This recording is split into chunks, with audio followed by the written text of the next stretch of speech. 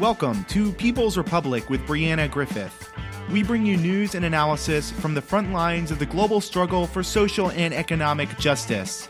I'm your host, Brianna Griffith, and here's what's going down in your backyard and across the world.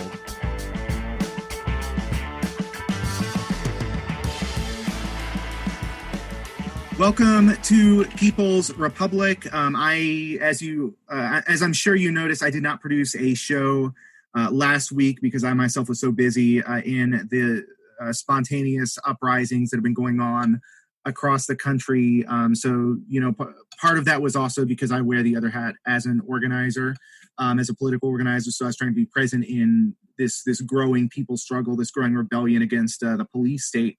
But now that I have a little bit more time, I'd like to start covering basically voices from the ground in the protests, starting with Texas cities, but then also we'll talk about other cities as the situation develops. We are now, I believe, over a week in, at least a week into these protests, I think 10 or 11 days in a lot of Texas cities.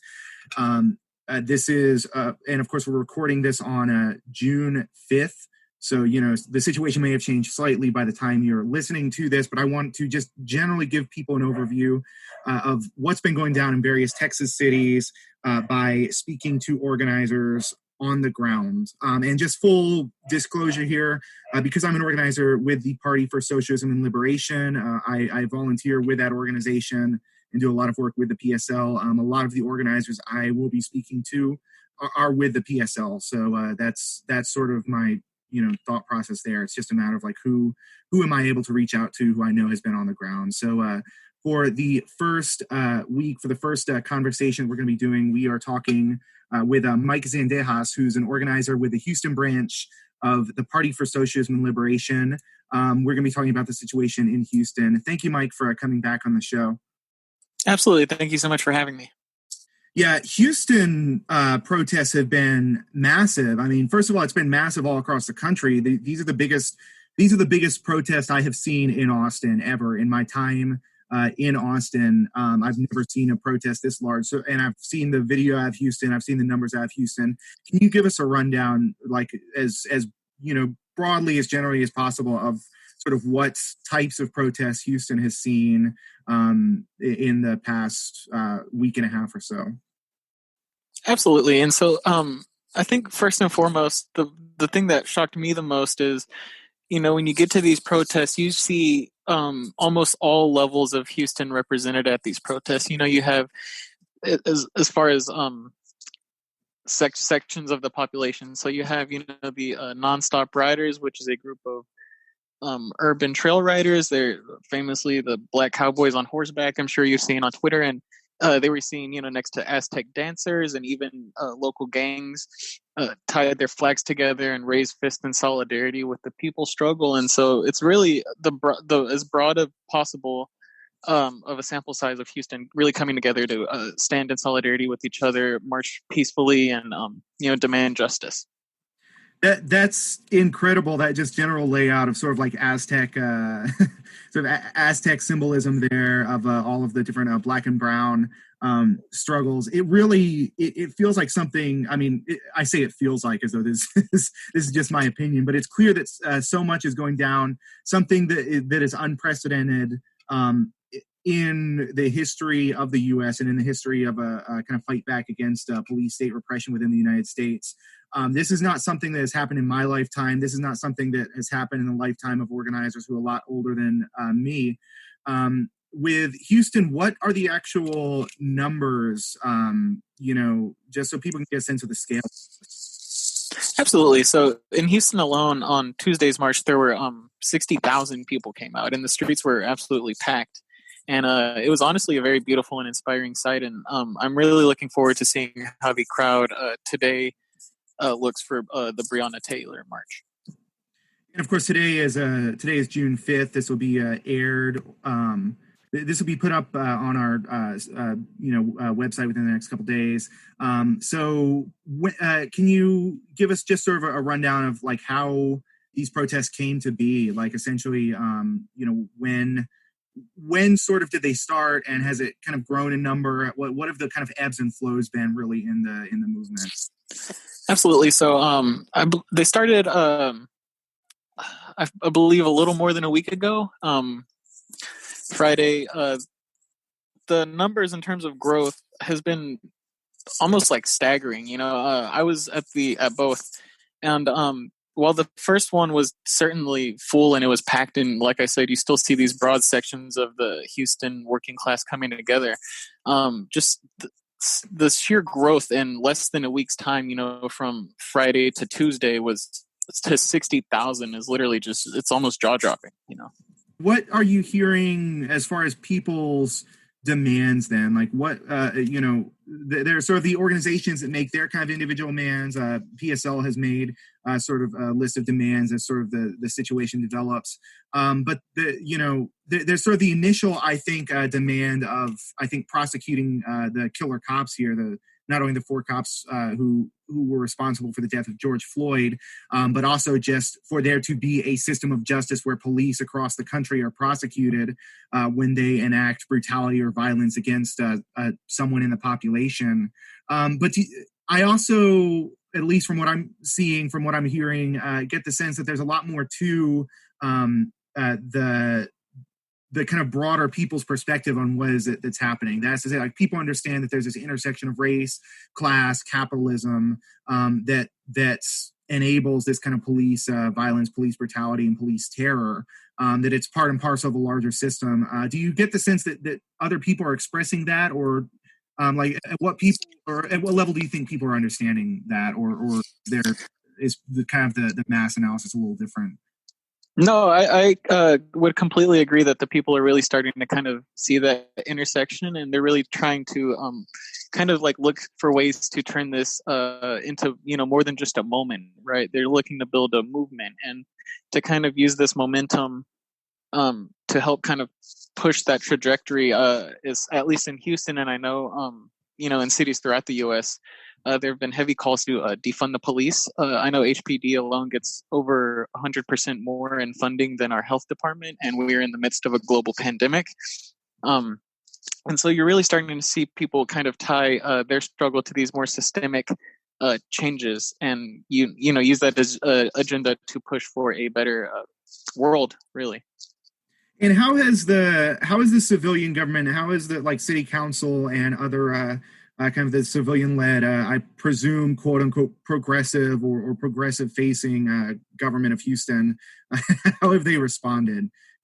Absolutely no. So there have been, there was one local Congress woman who was calling for, I believe, around 11 million to be cut from the funding, but she called for that to kind of be reinvested into these things of, giving the police cultural sensitivity classes and things that, they don't really necessarily get to the systemic heart of the matter. They kind of focus more on this individualistic, person-to-person solution that I think the Houston working class is, quite frankly, they're just far beyond that. I mean, they can see right through that, and they see that as the kind of paper lantern that it is.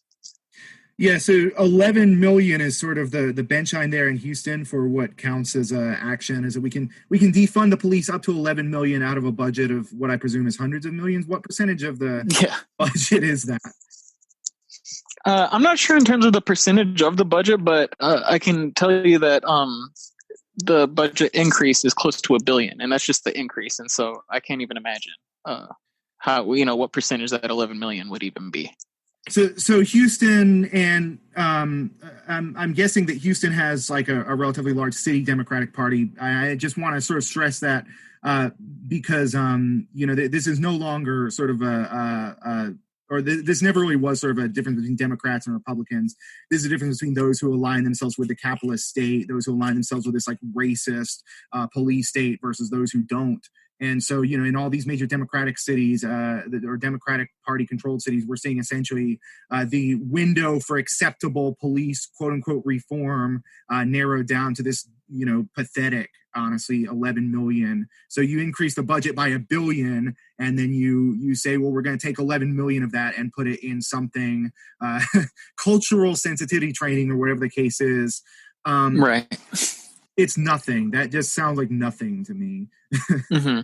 Yeah, no, it's this really just kind of milquetoast kind of concession that I think they're doing, because they are realizing, like I said, they see, all different types of walks of life converging into these enormous rallies and just demanding a systemic change. And, it's really kind of the system flailing around trying to save itself from an inevitable change of course.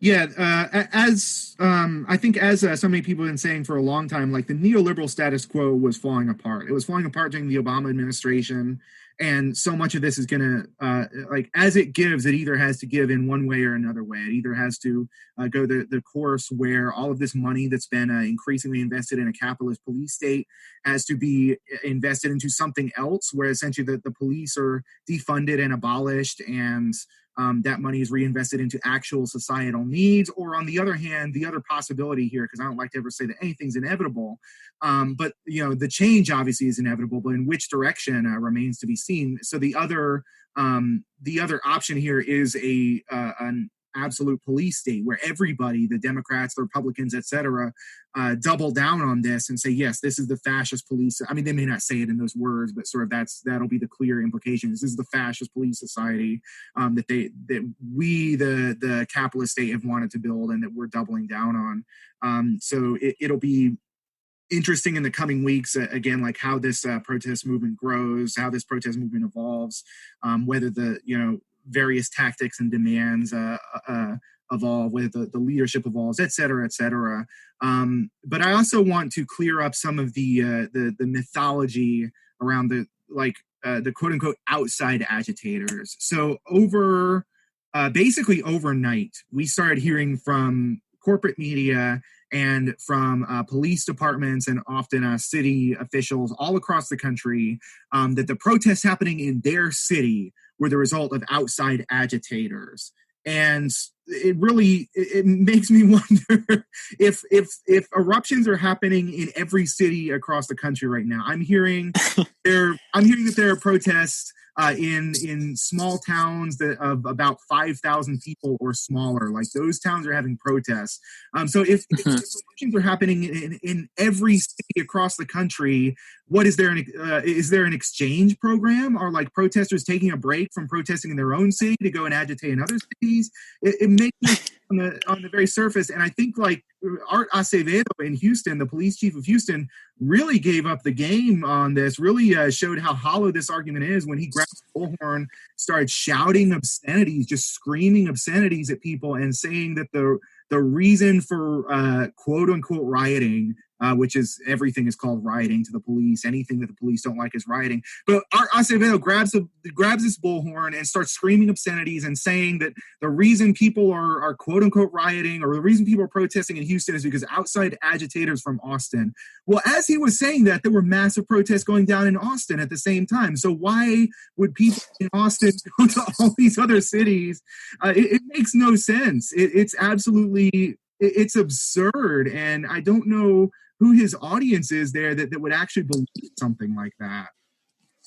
Yeah, and it's based on this premise that Houstonians are completely fine with the status quo in Houston. But honestly, as he was giving that speech on the blowhorn, right down the street, his own cops were harassing protesters, and even I believe shortly thereafter, the news cameras most likely cut this, but I believe I've seen like one local news station play it, but shortly after that speech, that famous thing that you've seen, I'm sure, circling the social media and all that, he was surrounded by people who demanded that he release body cam footage for the 6 murders that have happened just even since April in Houston by HPD, and he's been just sitting on this footage and really just kind of doing everything he can to halt any kind of process of justice for these individuals. And all the while he's just really doing his best to try to co-opt this spontaneous people's movement and try to kind of like fit it into these establishment borders that it just simply cannot fit in. Yeah, and Art Acevedo in particular is, I guess I would say, an interesting figure in his sheer hypocrisy, because I think many Austinites and many people here in Austin see him as sort of a way more progressive figure than he's ever deserved for sure. I mean, at the end of the day, he's a police chief. There's no such thing as a progressive police chief.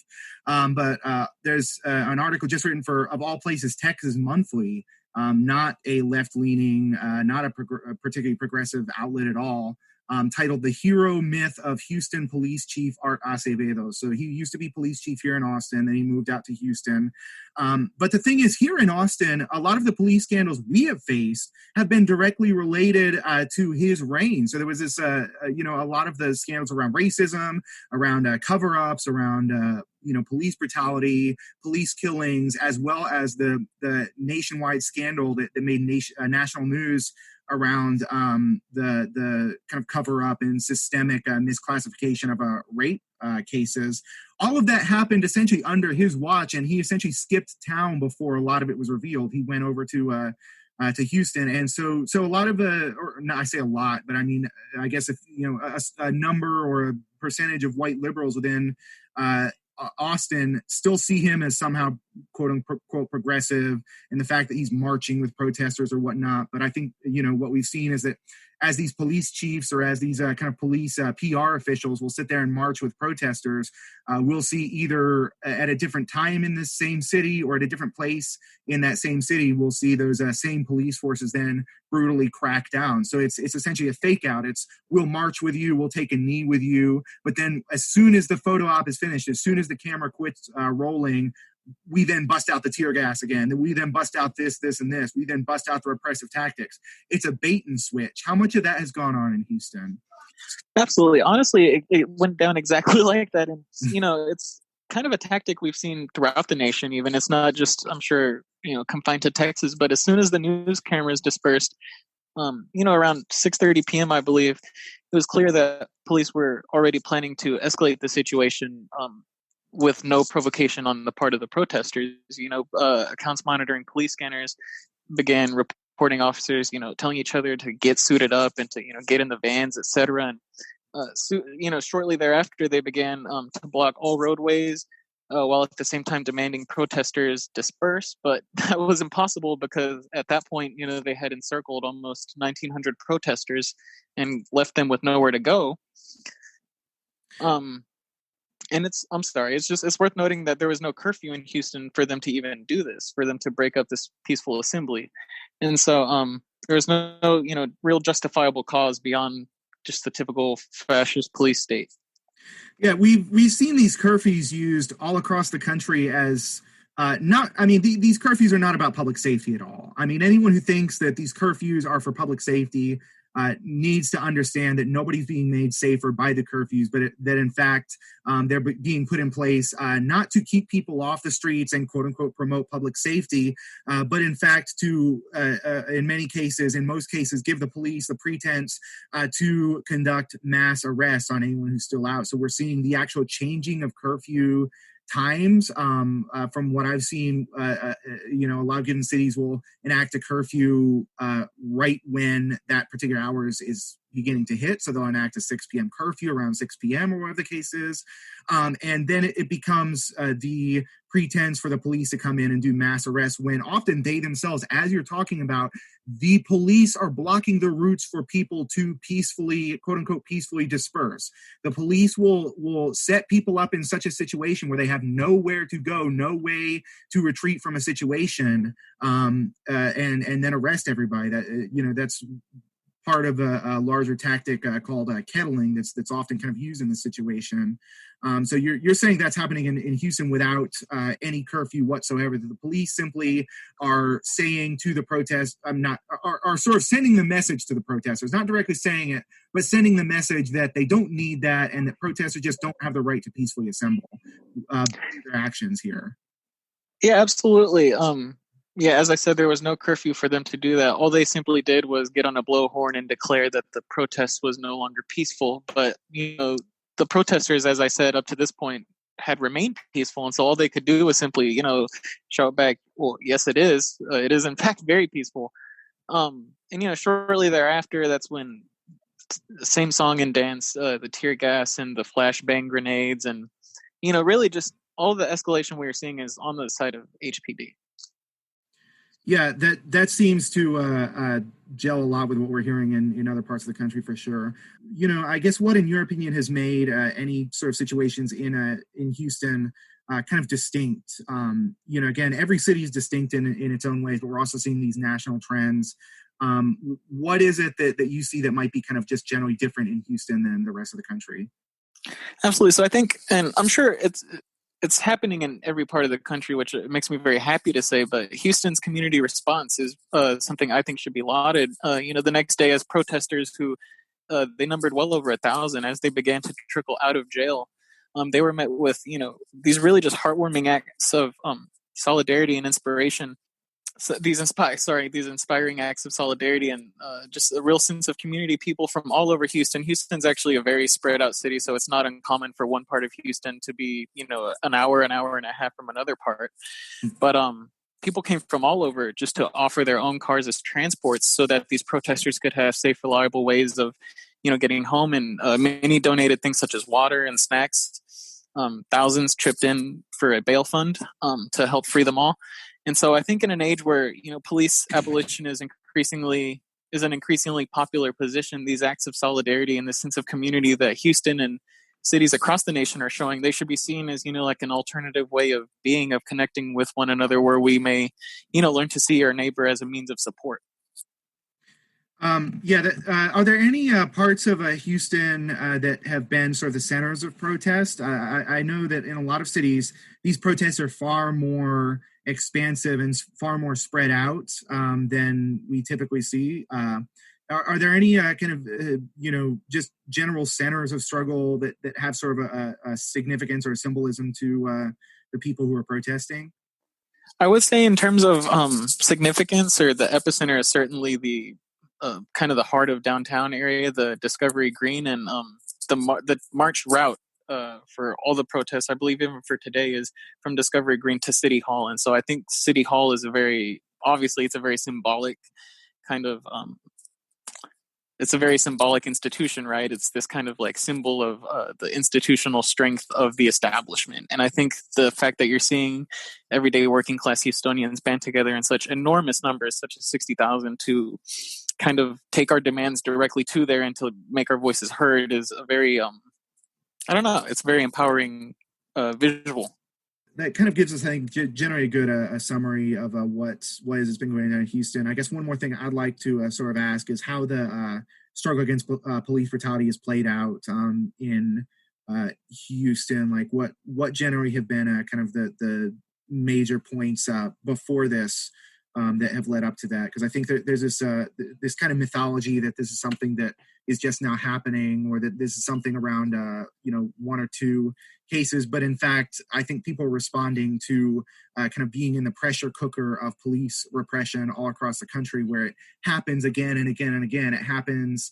The police repression, the police violence, the police surveillance happens to Black and brown communities and to working class communities every day. And so this is a response to a pressure cooker situation. What has the major kind of points of struggle been, kind of leading up to this? What were sort of the precursors of the struggle for police accountability in Houston that really fed into the protests we've seen? Absolutely. So I think, as I said, in Houston alone, since April, there have been 6 murders by police. And so Houston is certainly, as every other city in the nation is, too familiar with police brutality. And as you said, there kind of is a population that is just kind of being kept in this pressure cooker of police brutality. And I think particularly with the pandemic kind of exacerbating economic inequalities, people are more driven, I believe, to kind of like take to the streets and demand these institutional changes. Yeah, absolutely. Anything else, in our last couple of minutes, is there anything else that we didn't get to hit on that you just generally like people to know about the situation in Houston and the protest movement there? Certainly. So I believe, just the famous kind of video of Police Chief Acevedo taking part in the protest needs to be addressed, I think, because I think all around we are seeing these kind of, I would call them infiltration tactics on the part of police departments, where they try to kind of buddy up with the protesters and try and make it seem as though we can reform our way out of this. But at the end of the day, I believe that it's important to keep in mind that only a mass movement from the bottom up can truly bring this kind of change. And as the news cameras begin to pan away from these, we're seeing less and less coverage. It's time for all of those who attended these actions in Houston and beyond, in Austin and everywhere, like I said before, to kind of don't just let this be a moment, but let's really try to use this momentum and create a movement beyond this. Yeah, I absolutely second that. This is something that what I'm seeing over and over is that people are taking to the streets every day. They're rising up. They're going to continue rising up, but they also feel that need to be involved in a larger struggle, to be involved in kind of a larger structure that's able to sustain a real kind of struggle that leads to, I don't know, a better future, a revolution, truly revolutionary future. So, as I've talked about, I organize with the Party for Socialism and Liberation. I'm talking with organizers, mostly from the PSL, who are present in these different Texas cities.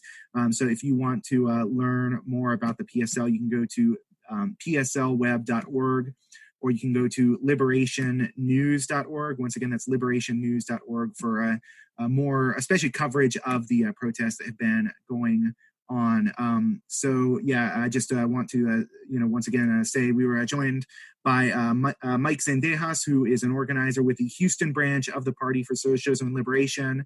We are talking about the situation on the ground. 60,000 people in Houston have risen up at least in a single day. It appears that number continues to grow, or that the movement continues to be sustained all across the country. So yeah, we're just trying to get voice on the ground. That was Mike Zendejas. Thank you very much, Mike, for returning to the show once again. Thank you so much for having me. It's always a pleasure.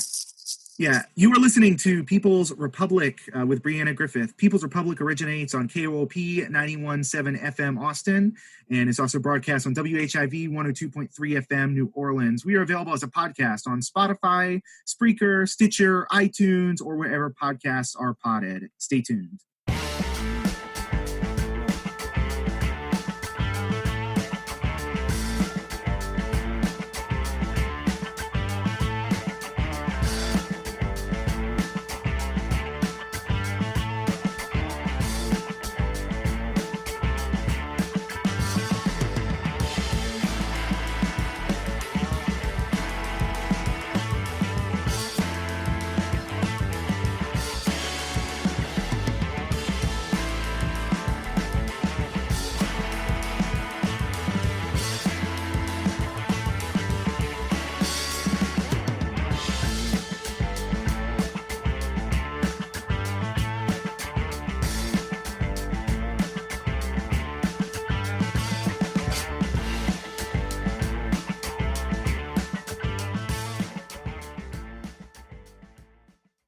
Back to People's Republic with Brianna Griffith. Now for the second half of today's show, we're turning to yet another Texas city that has seen, as with pretty much every Texas city and many smaller Texas towns, that has seen a prolonged protest and resistance movement in the past couple weeks. So for that, I'm going to be joined once again by the organizers out of San Antonio this time. For this segment, we are joined by Jake and Rachell Tucker. They are organizers with the San Antonio branch of the Party for Socialism and Liberation. Thank you for coming on. Thank you, Cohen. Thank you. Yeah, glad to have you both back on the show. So, how have things been going down in San Antonio? I know it's because it's considered a quote unquote military city, USA. It doesn't have the reputation for protest that many other cities have. But the truth is, we're seeing this kind of like sustained, and I don't even think protest is the right word. I would say uprising or rebellion is the more kind of accurate way to describe what's going on. But anyway, San Antonio, not a town known for for like sustained large kind of radical protest movements. What's been going on there? How have things been shaping up? No, I think you've painted it very accurately. The first demonstration was last Saturday, I guess a week ago today. And it was, estimates hold between maybe 2,000 to 4,000 people. I can't even say it was, easily the largest demonstration that I've seen in San Antonio the entire time that I've been there or been here. And it's kept up. There's been demonstrations basically every day. We've been up to maybe 4 of them this past week. And the numbers have varied, but each time certainly over 100. And that's new. I mean, before, I think, if we were calling a demonstration or a protest, if we hit, 40, 50 people in times past, pre-COVID, they were extremely successful events. So you're definitely seeing the people demanding to be heard in a way that we haven't seen in our maybe 7-8 years organizing the city previously. Yeah, and last Saturday also was like the most events that have happened in one day as far as protesting goes. So the PSL had their Cancel the Rents caravan, which brought out like 28 cars. There was also another caravan in solidarity with Justice for George Floyd earlier in the day, which brought out 70 vehicles. And then there was the protest that the Autonomous Brown Berets put together that centered the voices of the Black community in San Antonio, and especially the family of people that have suffered from police loss due to police terror here in the city. And that one's the one that Jake was talking about, that brought out a bunch of right. people. So, I mean, there's clearly unrest in the city. And there's a lot of people that want to be a part of bringing some kind of movement here to San Antonio. People who have never protested before, people who have often wanted to be involved but may not have seen the opportunities, are now seeing this opportunity for the first time, not just sort of for protest, but to be a part of a larger nationwide and to some degree global uprising. So it's been interesting. Like what I've seen in Austin is that primarily it's Black and brown people. It's the Black and brown working class that's been pushed to the margins of the city, often outside the city limits, but often within kind of the poor areas of Austin, like the true Austin working class that maintains so much of the city. That is the force that's now been mobilized here. I wonder, how much you're seeing that in San Antonio as well. Certainly, in terms of the participants, you're 100% right. It's predominantly young, new folk to the movement, Black and brown folks who maybe are coming out for the first time, and like you said, this is happening obviously nationally and globally, and this movement wouldn't be taking in over 100 cities across the U.S. and then also across the world if these weren't conditions that people weren't identifying in their own communities all over, right? If it was just a Minneapolis or Minnesota issue, it would stay just in Minneapolis or Minnesota. But this is it's a war on people of color. It's a war on the working class in the United States. And then, as we know, and as we with the PSL here have been illustrating, imperialism is the global war on people of color. And so that's kind of some of the connections that we're trying to help build for this movement. What major kind of social, political, and economic injustices have happened within San Antonio in the past year, in the past decade, or whatnot, that sort of filtered into this, that made that specifically, something that is true to sort of the protest and rebellion spirit of San Antonio? Well, one of the biggest things is like in 2014, Marquise Jones was shot in the back at Chachos and Chaluchis on Parambido by a cop. and the cop was there was a jury, and he was basically set free. And so the family hasn't gotten the justice that they've been demanding for so many years. And the same with Charles Chop Roundtree. Like, he was killed by SAPD officers in his home, I believe. Yes. And the police showed up unannounced to his house, and basically, as he went to open the door, he was shot. So there's body cam footage that's available, but the police officer actually pushed open the door to the entrance to the house and did not announce as SAPD. One individual got up to see who it was. It appears that they recognized that it was a police officer or someone with a gun, because the door was pushed open with the gun, if I'm not mistaken. And then that individual who got up to see who it was said, "Hey, you can't just," and then the police officer just started opening fire with the claim that they identified a weapon or something in the individual's own home. Anyway, so the person who had gotten up, they ended up getting shot in the rear end, if you will. And then there was Charles Roundtree, who was sitting on a couch next to a woman, and the woman was not struck, but Charles Roundtree was hit, and don't know exactly when they died. But then there was then the police officer retreat, but in cracking aid to Charles handoff, where they had the people who were able to, from inside the house, you know how it goes, walk backwards towards the police through the yard and all that. Meanwhile, 2 individuals were shot inside the house. The police claimed that there was a gun found in the yard. Very obviously,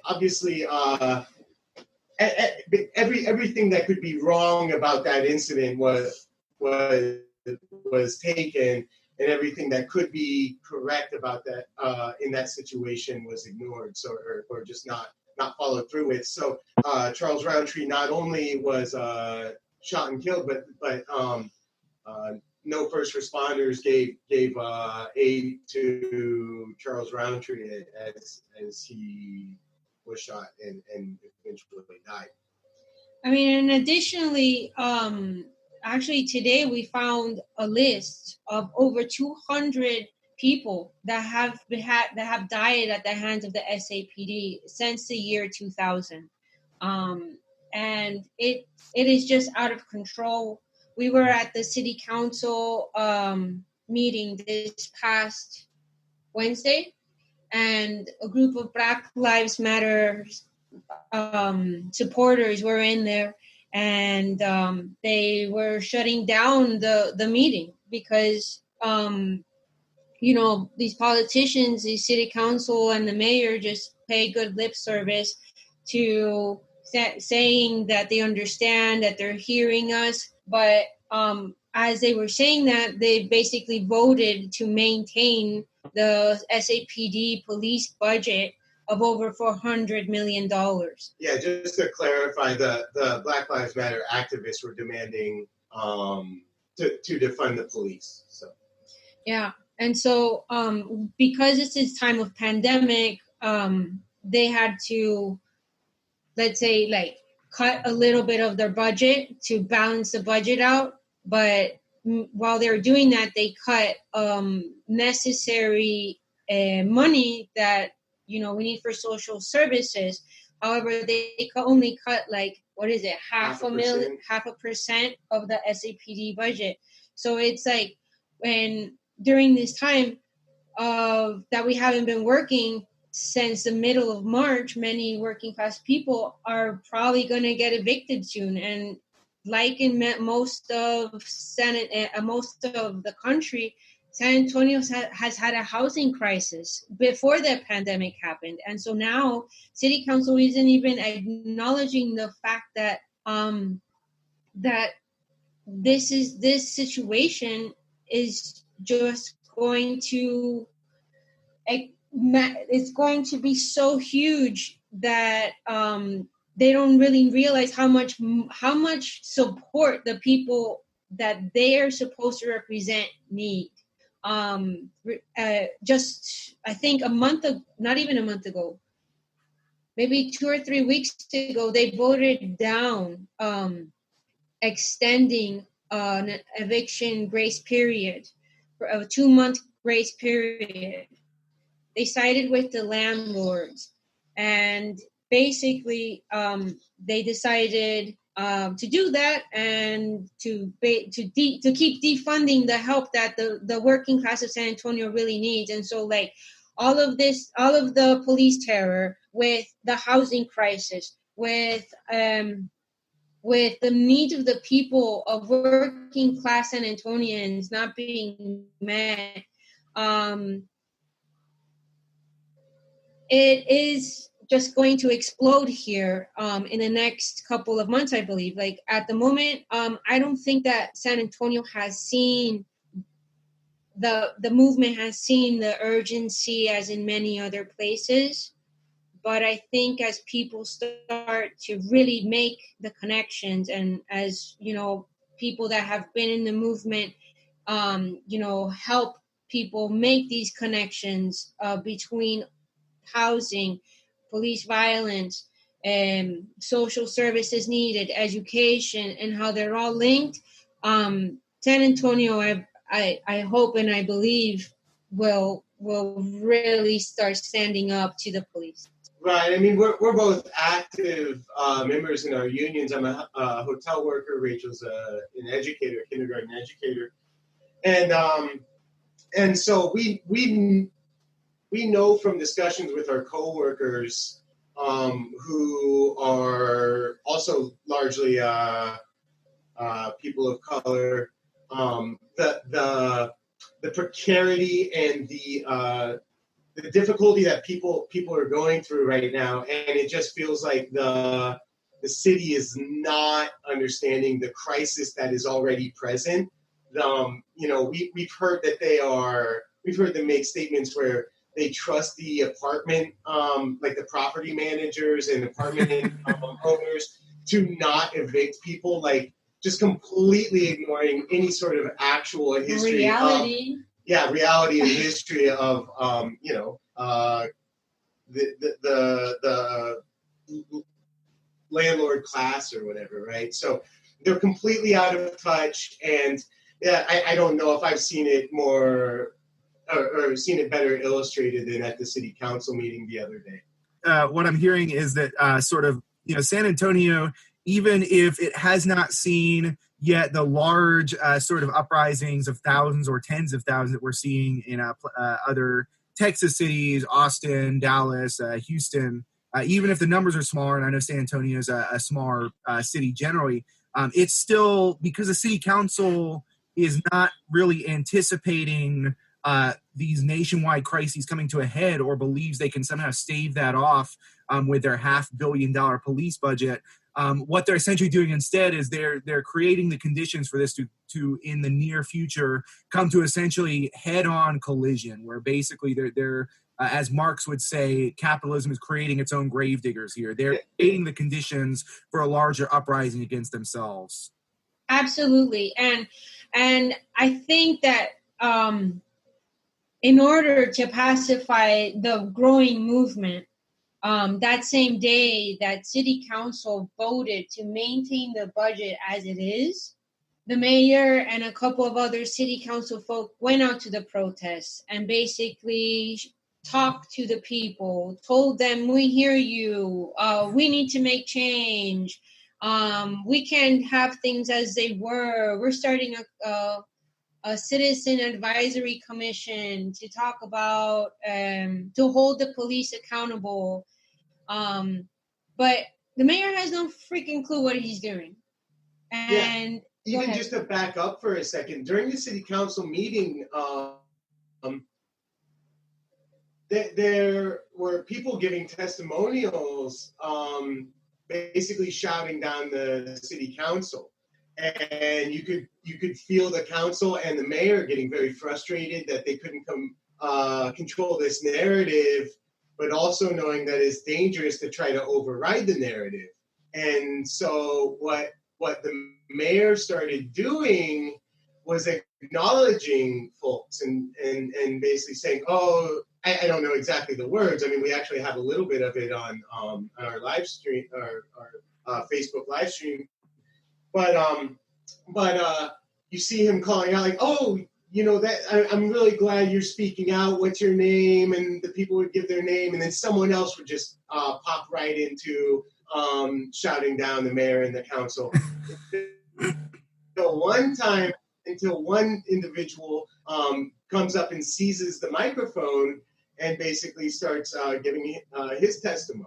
And then when the mayor asks him his name, he gives his name. He says, "Hey, I would like to meet with you after this session is over," right? So what does that mean? After we have taken our vote to keep the funding of the police the same.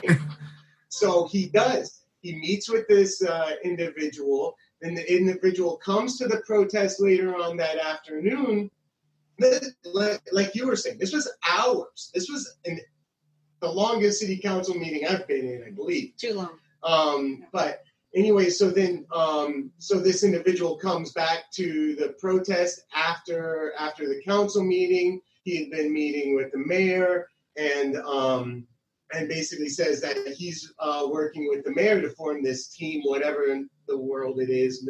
Nothing is really solid there. And then the mayor himself ends up coming up and giving lip service to the movement and how important it is to him. And then you hear, like, you know, some people are excited that that this is working, right? That we put pressure on the mayor and the city to do something, while other people are like, wait a second, how are you going to fund, like we taking the funding for the police this morning and then come here in the afternoon and tell us that you're going to do something to make a difference, you know? So, you know, we can see what the city, what the, you know, the misleadership, you know, these are all like 9 out of 10 city council members and the mayor are all Democrats, right? So we can see what the misleadership is trying to do in splitting this movement or co-opting it. And then we can see that, you know, like we said, these are new people to the movement, a lot of young folks, and we can see that, you know, they're jostling with these decisions as they go, and so it's going to take some of the experienced movement builders, movement leaders to help shape this movement.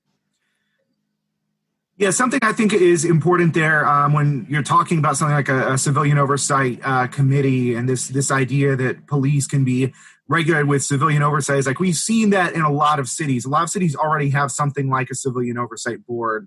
Austin, you know, again, I make the comparisons to Austin a lot just because like I'm most familiar with the city politics here, but this is something similar plays out in a lot of cities, and I just want to like use our experience as why if you're not coupling civilian oversight with an actual abolishment of the of these systems, if you're not really like, you know, going to start slashing the police budget left and right, then just civilian oversight doesn't work. Because what we saw in Austin was that we had this fight for a civilian oversight board. We already had a civilian oversight, the Office of the Police Monitor, and then there was a vote to change the name a couple of years back after scandal after scandal after scandal.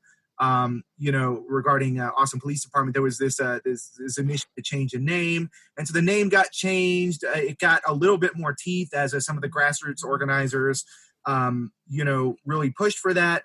But at the same time, what we saw in the latest round of like police brutality here in Austin, when police officers fired indiscriminately into crowds of, you know, again, peaceful protesters, as people like to formulate that. But people who were not attacking the police were fired upon by quote unquote non-lethal rounds that have now almost killed several people. So how exactly is that less lethal if it winds up killing people anyway? But anyway, what wound up happening is that these police brutality cases were reported to the now Office of Police Oversight. But because the legislation was so watered down in the negotiation process, because the city council ultimately was always on the side of the police when they were writing this Office of Police Oversight new city ordinances and whatnot, what wound up happening is essentially that all of these cases of police brutality that should have gone to this independent body were instead referred directly to Austin Police Department, where the top brass is currently, a lot of people are calling for the top brass to resign, and yet they're the ones who are in charge of investigating whether or not they did anything wrong. And so this is years and years and years of struggle to this point, and it really, I mean, I want to commend those locally, especially Chris Harris here in Austin, who fought for that.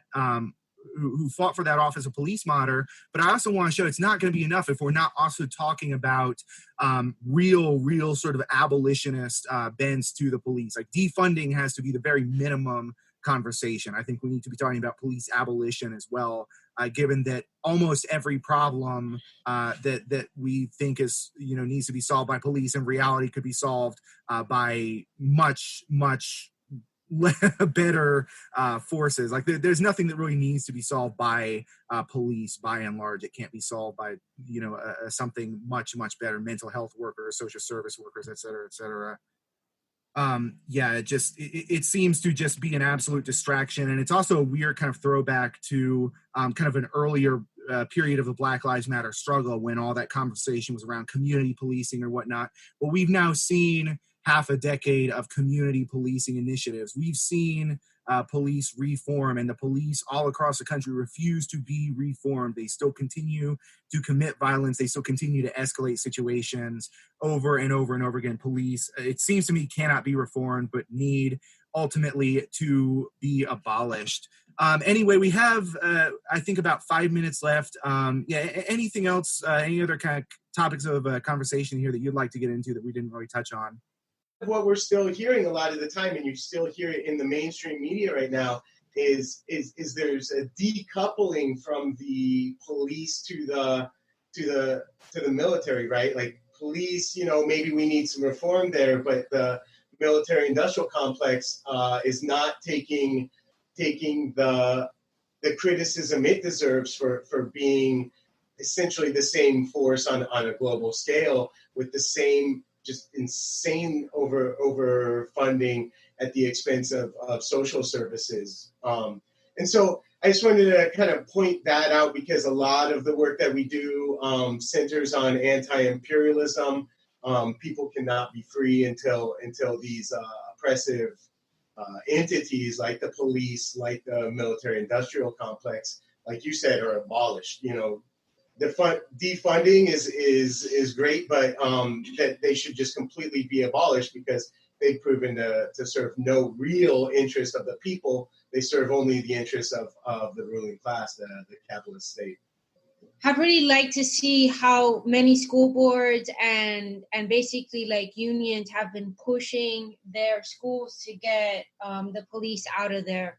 As we already know with this crisis and with just the economic crisis that the country is in, education is being slashed, and there's a lot of money that every school district spends on policing. And like you said earlier, basically like shift that money from policing our schools into better health services, into counselors, into more teachers, into a system that actually cares and wants their future generation to be a